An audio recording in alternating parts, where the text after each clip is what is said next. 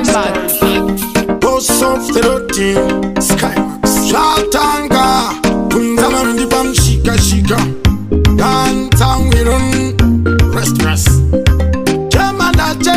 Chema. Kunyanga wakarenga andeshe kwavo.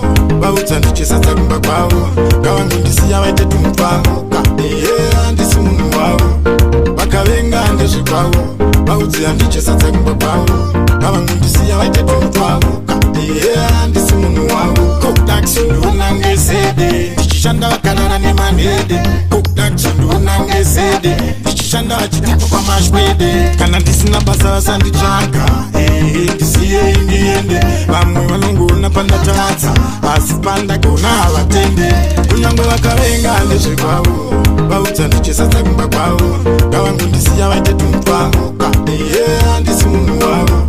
Vakavenga ndezve kwavo. Vaudza ndichesa takumba kwavo. Kavangu ndisiya vaite tumupambuka. Handisi munhu wavo. Vese vanondivenga muri kutopenga. Vanovenga muri kutopenga. Ukaona uchivengera munhu zvinhu zvake unopenga. Uchivengera munhu zvinhu zvake unopenga. Hapana isingapere.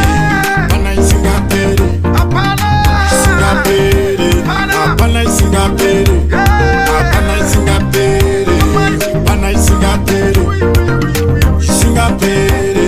Hapana isingapere. Koktaxi unange sede. Ndichishanda karana ne manede. Koktaxi unange sede. Ndichishanda chitipo kwa mashwede. Kana ndisina basa wasandichaka. Ndisiye indiende. Vamwe vanongona pandatadza. Asi pandagona havatende. Kunyangwe vakavenga ndezve kwavo. Vaudza ndichesa takumba kwavo. Kavangu ndisiya vaite tumupambuka. Handisi munhu wavo. Vakavenga ndezve kwavo. Vaudza ndichesa takumba kwavo. Kavangu ndisiya vaite tumupambuka. Handisi munhu wavo. Vese vanondivenga muri kutopenga. Vanovenga muri kutopenga. Ukaona uchivengera munhu zvinhu zvake unopenga. Uchivengera munhu zvinhu zvake unopenga. Hapana isingapere.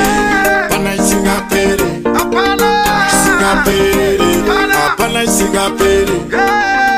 Skymax.